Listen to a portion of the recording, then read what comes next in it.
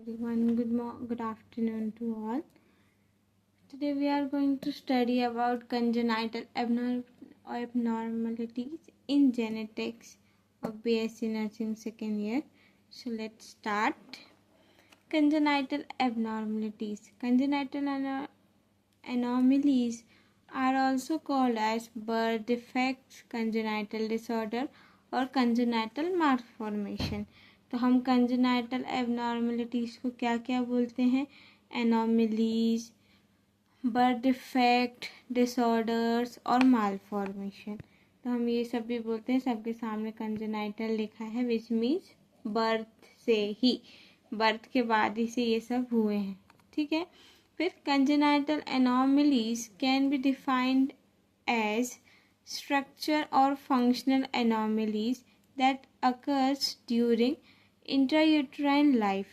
इसका क्या मतलब है कि स्ट्रक्चर एंड फंक्शनल, स्ट्रक्चर के साथ साथ फंक्शन, जो मतलब एनाटॉमिकल एंड फिजियोलॉजिकल जो भी एबनॉर्मलिटीज़ है वो कब हो जाता है? इंट्रायूट्राइन लाइफ, मतलब जब जो बेबी है वो मदर के वूम में है तभी इंट्रायूट्राइन लाइफ उसको बोलते हैं. तभी से उसको ये बर्थ, ये डिफेक्ट्स हुए रहते हैं. कैन बी आइडेंटिफाइड प्रीनेटली, मतलब इसको आइडेंटिफाई कर सकते हैं प्रीनेटली, है ना. प्रीनेटली मतलब बर्थ के पहले. एट बर्थ और समटाइम्स में only be detected later in infancy such as hearing defects. तो इसको कैसे आइडेंटिफाई कर सकते हैं? प्रीनेटली, बर्थ के टाइम पे भी हम इसको आइडेंटिफाई कर सकते हैं, या तो इन्फेंसी में भी कर सकते हैं. जैसे कि हेयरिंग डिफेक्ट्स हम खुद डिटेक्ट कर सकते हैं कि अब पेशेंट को या जो भी बेबी है उसको सुनाई नहीं दे रहा है, या जो भी एबनॉर्मलिटीज़ है वो मदर को यूजुअली समझ में आ ही जाती है, फैमिली मेम्बर्स को. तो हम कैसे कैसे आइडेंटिफाई कर सकते हैं? प्रीनेटली, एट बर्थ, समटाइम्स में ओनली भी डिटेक्टेड लेटर इन प्रेगनेंसी, कि क्या हो सकता है वो सिर्फ इन्फेंसी में ही डिटेक्ट हो सकती है, सच एज हेयरिंग डिफेक्ट्स, जैसे कि हेयरिंग डिफेक्ट्स. अब हम इसके टाइप्स देखते हैं. टाइप्स हमें क्या क्या शो हो रहे हैं. तो क्रोमोसोमल एबनॉर्मलिटीज से ही समझ में आ रहा है, जो हमारे क्रोमोसोम्स हैं उसमें एबनॉर्मलिटीज हो रही है, इसके कारण से कंजेनाइटल एबनॉर्मलिटीज बेबी को हो रही है. Chromosomes are structure that carry genetic material. तो क्रोमोसोम्स हैं जो क्या होते हैं, हमारा जेनेटिक मटेरियल को कैरी करते हैं. Inherited from generation to the next generation, from one generation to next generation. तो ये क्या होते हैं, जो जेनेटिक मटेरियल है हमें हमारे पेरेंट्स से मिला है, हमारे पेरेंट्स को उनके पेरेंट्स से मिला है, उनके पेरेंट्स को उनके पेरेंट्स से मिला है ना. तो ये सब जो होता है, ये जो क्रोमोसोम्स है ये हमें generation to generation pass on होते रहते हैं. तो हमारे क्रोमोसोम्स में अगर कोई एबनॉर्मलिटीज़ आ जाती है तो उसे हम क्रोमोसोम एबनॉर्मलिटीज़ बोलते हैं, जैसे कि डाउन सिंड्रोम और टर्नर सिंड्रोम. इसमें डाउन सिंड्रोम क्या होता है और टर्नर सिंड्रोम क्या होता है ये मैं आपको बता चुकी हूँ. तो एनॉमलीज रिलेटेड टू हार्ट. अब वो जो एबनॉर्मलिटीज़ है, एनॉमलीज है, वो हार्ट से रिलेटेड है, तो उसको क्या बोलेंगे? Such as tetralogy of Fallot, atrial septal defect, ventricular septal defect. अगर कोई हमारे हार्ट में एबनॉर्मलिटीज़ हो रही है तो उसे हम क्या बोलेंगे? Tetralogy of Fallot, atrial septal defect, ventricular septal defect. ये सब क्या है? कंजेनाइटल हार्ट डिसऑर्डर है. फिर congenital abnormalities related to gastrointestinal system, जिसको कि स्टोनेसिस और एक्ट्रिक्सिया आता है ना. ये फिर देखते हैं congenital abnormalities related to nervous system, जैसे कि स्पाइना बाइफिडिया, मेनिंजोसेली और इंसेफेलोसेल, है ना. ये सारे आते हैं. आई होप आपको टाइप्स क्लियर होंगे. अब हम कॉजेस पढ़ते हैं. तो genetic factor most important cause है. This might be through inherited genes that code from an anomalies or resulting from sudden changes in genes called known as mutation. तो ये क्या इनहेरिटेंट है, हमारे पेरेंट्स से भी हमें मिला हो सकता है, और ये किसकी वजह से होता है? म्यूटेशन के कारण से, है ना. फिर सोशियो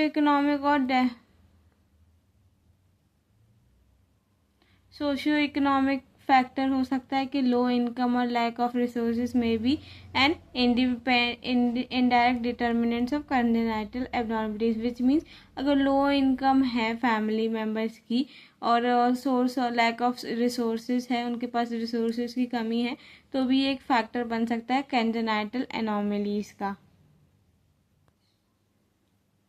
सो इन्वायरमेंटल फैक्टर्स में क्या क्या आ जाते हैं? Drugs, radiation exposure, alcohol, smoking, tobacco during pregnancy में increase the risk of congenital एब्नॉर्मलिटीज़।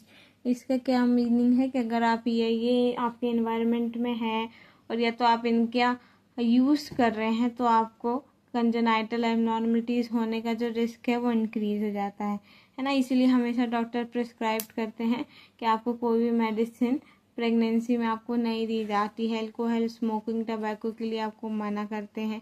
Radiation exposure से आप लोगों को दूर रखते हैं, इसीलिए ताकि कंजेनाइटल एब्नॉर्मलिटीज़ ना हो सके। फिर मैटरनल फैक्टर क्या क्या हो सकते हैं? पुअर न्यूट्रिशन अगर मदर को मिल रहा है, डायबिटीज़ मेलाइटिस अगर गेस्टेशनल डायबिटीज़ हो गई है मदर को, तो उससे भी कंजेनाइटल एब्नॉर्मलिटीज़ हो सकती है।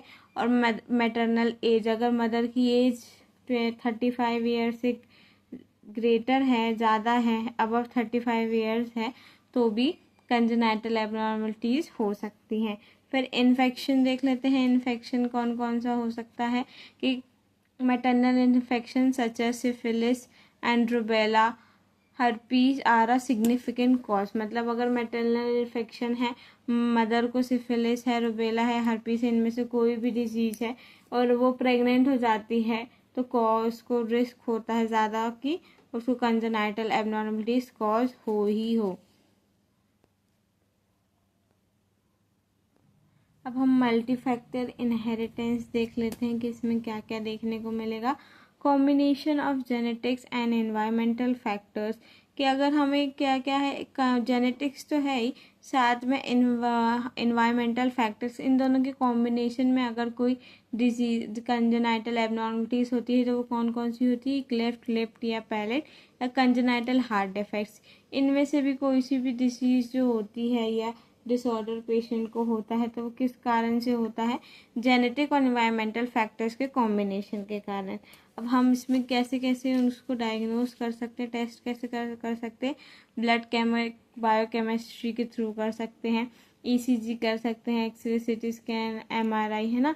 फ्लोरेंस इन सीटू हाइब्रिडाइजेशन के थ्रू हम कर सकते हैं, molecular genetic test, physical examination.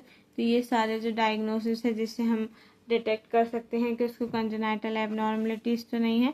फिर हम प्रिवेंशन देखते हैं, प्रिवेंशन में क्या क्या कर सकते हैं? Educate maternal nutrition, most important यही होता है कि मदर खुश रहे, उसको अच्छा न्यूट्रिशन मिले, मदर हेल्दी रहे, तो बेबी को भी बहुत कम रिस्क होता है कुछ भी चांसेस या कुछ भी इन्फेक्शन डिसीज़ होने का।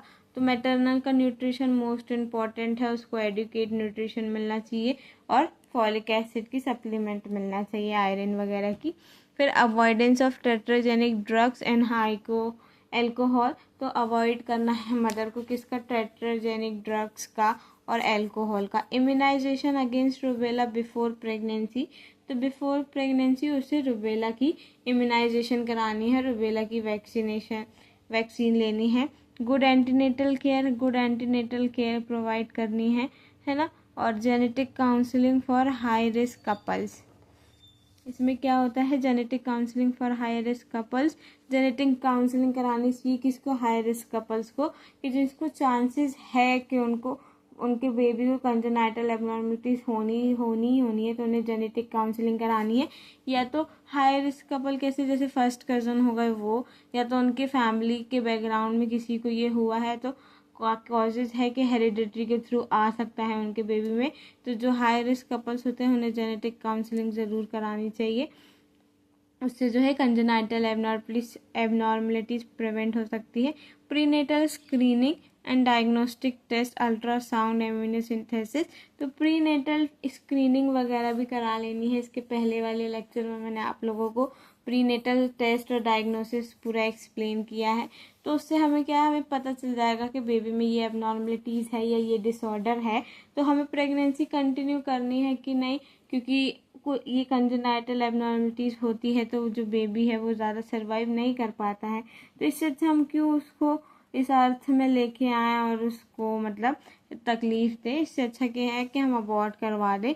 तो वही है कि अगर कंजेनाइटल एबनॉर्मलिटीज़ है, उसके बाद पेरेंट्स उस बेबी को नहीं रखना चाहते तो अबॉर्ट कर सकते, ताकि फर्दर बेबी को कोई प्रॉब्लम ना हो, क्योंकि उन्हें भी अटैचमेंट हो ही जाती है बेबी से।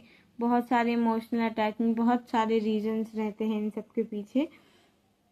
मोस्ट इम्पॉर्टेंट जो आपको हर सब्जेक्ट में मिलेगा, आपको पढ़ना ही पढ़ना है, आपको एग्ज़ाम में लिखना ही लिखना है, और आपको प्रैक्टिस करनी है, role of nurse, nursing responsibility. तो हम इसमें क्या रोल निभाते हैं हम सारी नर्सेस, तो देख लेते हैं। अर्ली डिटेक्शन थ्रू स्क्रीनिंग, मतलब स्क्रीनिंग के थ्रू हम अर्ली डिटेक्शन कर सकते हैं, जैसे कि कम्युनिटी एरियाज़ हो गया, रूरल एरियाज़ हो गया, वहाँ पे जो कम्युनिटी हेल्थ नर्सिंग है या गवर्नमेंट की तरफ से स्क्रीनिंग होती है। स्क्रीनिंग मीन्स हम ये एक सर्वे लेते हैं, हम डाटा कलेक्शन करते हैं, उससे स्क्रीनिंग करते हैं, हमें पता चल जाता है कि इस फैमिली में ऐसा हो सकता है, इस फैमिली में ऐसा हो सकता है, या तो एक पर्टिकुलर एरिया में हमें पता चल जाता है कि ये कंजेनाइटल एबनॉर्मलिटीज़ हमें ज़्यादा देखने को मिल रही है, तो हमें अर्ली डिटेक्शन करना है स्क्रीनिंग के थ्रू, तो हमें पता चल जाएगा। फिर उसके थ्रू हम फैमिली और मदर को एजुकेट कर सकते हैं, health education to mother and family educate कर सकते हैं कि आपको ये प्रिवेंशन करना है, आपको ये ध्यान में रखना है। तो ये, और फैमिली को भी बोल सकते हैं कि इनको इन सब चीज़ों से दूर रखें, इनको अच्छा न्यूट्रिशन दें, इनको इमोशनल सपोर्ट दें, क्योंकि बहुत सारे हार्मोनल चेंजेस के कारण से भी मदर जो है वो परेशान हो जाती हैं।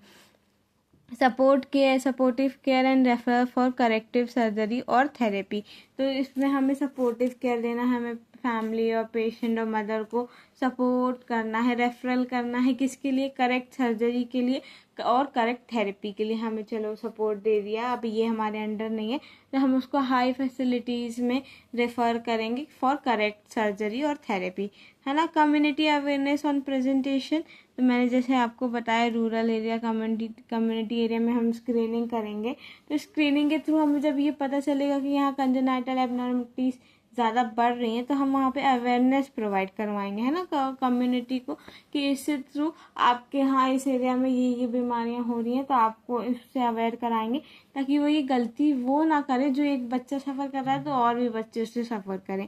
Psychological support to parents, psychological support करना है कि जैसे कोई पेरेंट्स आ रहे हैं जो कि कंसीव कर चुके हैं और उन्हें पता चल रहा है हमारे बच्चे में ये डिफेक्ट है या ये कुछ है, तो हमें साइकोलॉजिकल सपोर्ट देना है और उन्हें गुड एडवाइस देनी है कि ठीक है, आप होता है आपकी दूसरी प्रेगनेंसी में ऐसा नहीं होगा, आप चाहें तो इसे अबॉर्ट करा सकते हैं, और आप रखना चाहें तो कोई दिक्कत नहीं है, पर बेबी को आगे जाके दिक्कत होगी। हमें पेरेंट्स को साइकोलॉजिकल सपोर्ट देना है। तो that's all for congenital abnormalities. Thank you. Have a nice day.